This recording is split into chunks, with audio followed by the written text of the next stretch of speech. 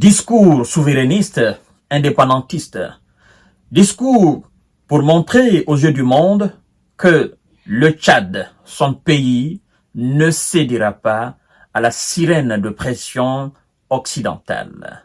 Ah oui, le fils de Idriss Déby qui a été de façon misérable envoyé au repos éternel par ses ennemis. On nous a dit que c'était sur le champ de bataille, mais après plusieurs recherches, nous avons compris que ce monsieur a été envoyé au repos éternel, non pas sur le champ de bataille, mais ailleurs. Nous n'allons pas revenir sur ce passé sombre de quelqu'un qui a aussi chiffonné les nombreuses constitutions, n'est-ce pas, de la République sœur du Tchad. Alors, après le départ, n'est-ce pas, de ce monsieur qui avait commencé à faire des déclarations dans un sens où la puissance coloniale se sentait très embarrassée, on nous a imposé son fils. Quand je dis nous le peuple tchadien, nous le peuple africain. Vous vous souvenez de ce voyage dans ce temps Emmanuel Macron au Tchad, où clairement on est allé prendre Itno Déby, qui se prend aujourd'hui pour un nationaliste souverainiste, je ne vais pas céder à la pression occidentale. Vous vous souvenez la manière dont il a été imposé à la tête du Tchad? C'est Emmanuel Macron lui-même qui est allé au Tchad. Cette image a fait le tour du monde. Clairement, accompagné alors par les dinosaures du parti de son papa, Mahamad Idriss Déby, il a été là, pris et posé dans le fauteuil présidentiel de son papa. D'accord? Et on a demandé aux Tchadiens, fermez la bouche, restez tranquille. Il est juste là parce que il faut, voilà, quelqu'un qui puisse canaliser les gens, l'armée, machin, restez tranquille.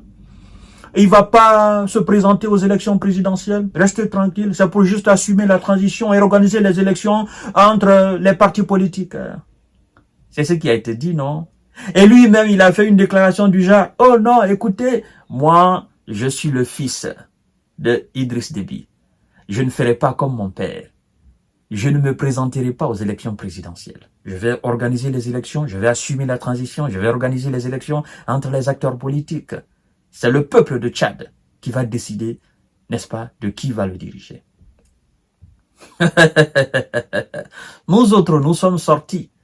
Nous avons fait des déclarations. Parce que ces discours pareils, nous en avons assez attendu à travers nos expériences des chefs militaires que nous avons connus par le passé. D'accord? Nous avons dit, alors, voilà, quelqu'un qui a été imposé par la France et qui va rester à la tête de cet État. Et puis, petit à petit, on nous a dit non, il faut qu'il se présente aux élections présidentielles parce que c'est lui l'homme providentiel, parce que c'est lui qui peut faire réellement les affaires, parce que le pays est dans l'insécurité. Comme si la seule famille bénie au Tchad, c'était la famille Déby. Comme si les seuls hommes forts du Tchad, c'était les hommes issus de l'arbre généalogique de ce nom Déby.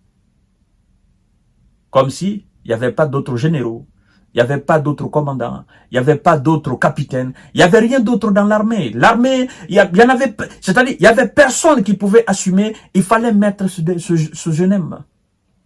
Et on nous dit, bon, on va organiser les élections, il va se présenter aux élections présidentielles. Paf, le parti de son papa, on connaît. C'est passé comme une lettre dans une boîte, tranquillement. Personne n'a bronché mot.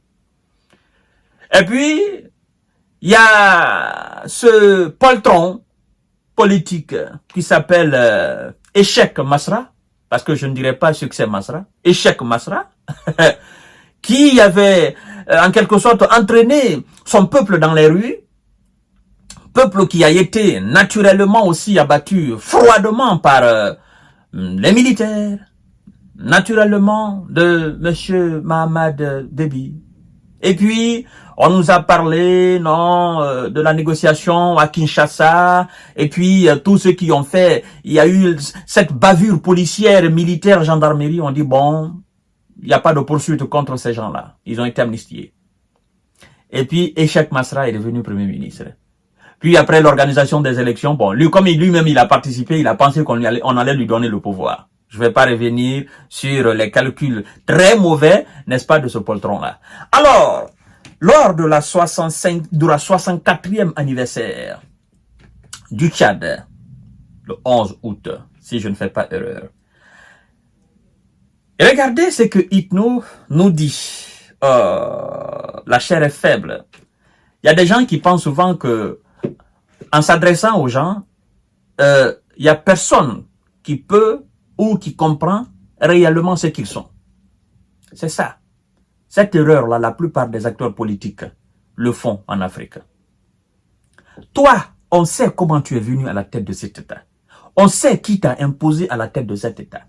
Et puis tu viens nous dire que toi, tu vas pas céder à la sirène de pression occidentale. Mais tu n'es pas sans savoir que c'est lui qui t'a posé là dans le fauteuil présidentiel. Lui, il n'est pas tchadien, il n'est même pas africain. Lui, il est occidental.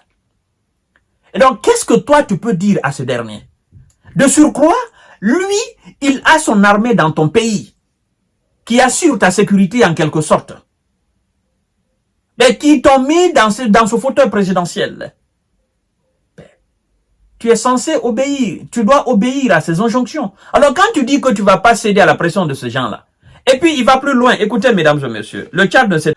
Mohamed Idriss Déby, Itno, a pointé des officines étrangères qui utilisent nos propres compatriotes pour faire passer leurs desseins inavoués.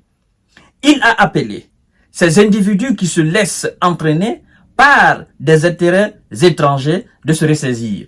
Mais c'est quand même pathétique. Lorsque toi tu parles de tes propres compatriotes tchadiens qui se mettent au service des étrangers pour faire passer leur message, pour satisfaire leurs besoins, ben, nous on est en mesure de se poser la question. Ben, toi-même qui parles de tes propres compatriotes là, tu n'es pas sans savoir que toi, tu es mise là par les mêmes étrangers. Et au fond, tu dois défendre les intérêts de celui qui t'a mis là. Sinon, tu vas sauter. Alors, est-ce que cette partie de ton discours là a un sens? Ça n'a pas de sens. Donc, laisse tes compatriotes, parce que tu fais partie de ce lot là aussi. C'est ça. Tu fais partie de ce lot là aussi. Mesdames et messieurs, c'est quand même pathétique. Il a appelé ces individus qui se laissent entraîner par les intérêts étrangers de se ressaisir. C'est pathétique. Hein? En tant que président de la République et garant de la souveraineté de notre pays, je n'hésiterai pas à sacrifier ma vie dans la défense de la souveraineté du Tchad, a-t-il poursuivi. Je n'hésiterai pas à sacrifier ma vie, à sacrifier ta vie pour défendre les intérêts de ton maître. Ça, c'est au moins clair. Parce que abattre des civils dans les rues, parce que ils sont opposés à votre candidature, mais là, tu t'es pas sacrifié, mais tu as sacrifié ton propre peuple pour te maintenir à la tête de l'État. Donc, il y a une incohérence entre tes propres propos et tes propres actes posés dans ton propre pays.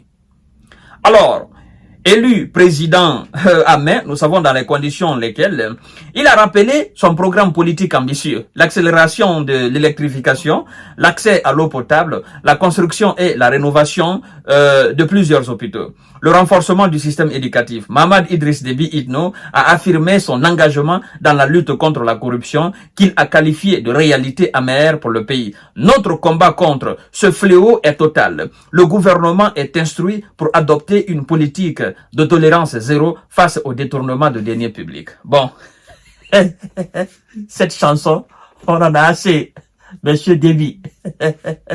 Parce que en réalité, vous-même, vous avez été cité dans un dossier de détournement d'argent pour acheter vos vêtements. Ça, c'est un. Deuxièmement, ça me fait énormément rire. Oh. Ce gars-là, il prend le peuple tchadien pour un peuple qui ne connaît absolument rien. Certainement, c'est ça. Il se dit, oh non, ces gens-là, ils ne maîtrisent absolument rien, ils connaissent absolument rien dans la gestion. Bon, ça va passer. C'est que mon papa a fait, je ferai la même chose. Alors, Monsieur Mahamad Idriss Déby Itno, je voudrais que vous sachiez tout simplement que le peuple tchadien n'a pas besoin de discours. Ouais, le peuple tchadien a besoin d'actes concrets. Si vous voulez réellement, d'accord? Si vous voulez réellement que le peuple tchadien vous accorde ce bénéfice de doute, il faut que vous vous mettez au boulot, au travail. Sinon, si c'est le discours là, votre papa, il en a fait assez. Il a fait tellement de grands discours que si c'est le discours qui construisait un État, le Tchad serait aujourd'hui, n'est-ce pas, l'un des pays les plus développés de l'Afrique. Donc, le peuple tchadien en a marre des grands discours. Patriotiques, nationalistes, oh non, je vais sacrer. Non, non, non, non. Si vous voulez que le peuple tchadien croit à ce que vous dites, arrêtez de blablater. Mettez-vous au boulot. Prouvez au Tchad que oui, c'est vrai, c'est l'étranger qui vous a imposé, mais c'était une manière pour vous de venir à la tête de l'État et d'étaler réellement ce que vous voulez pour le Tchad, de façon nationaliste, patriotique.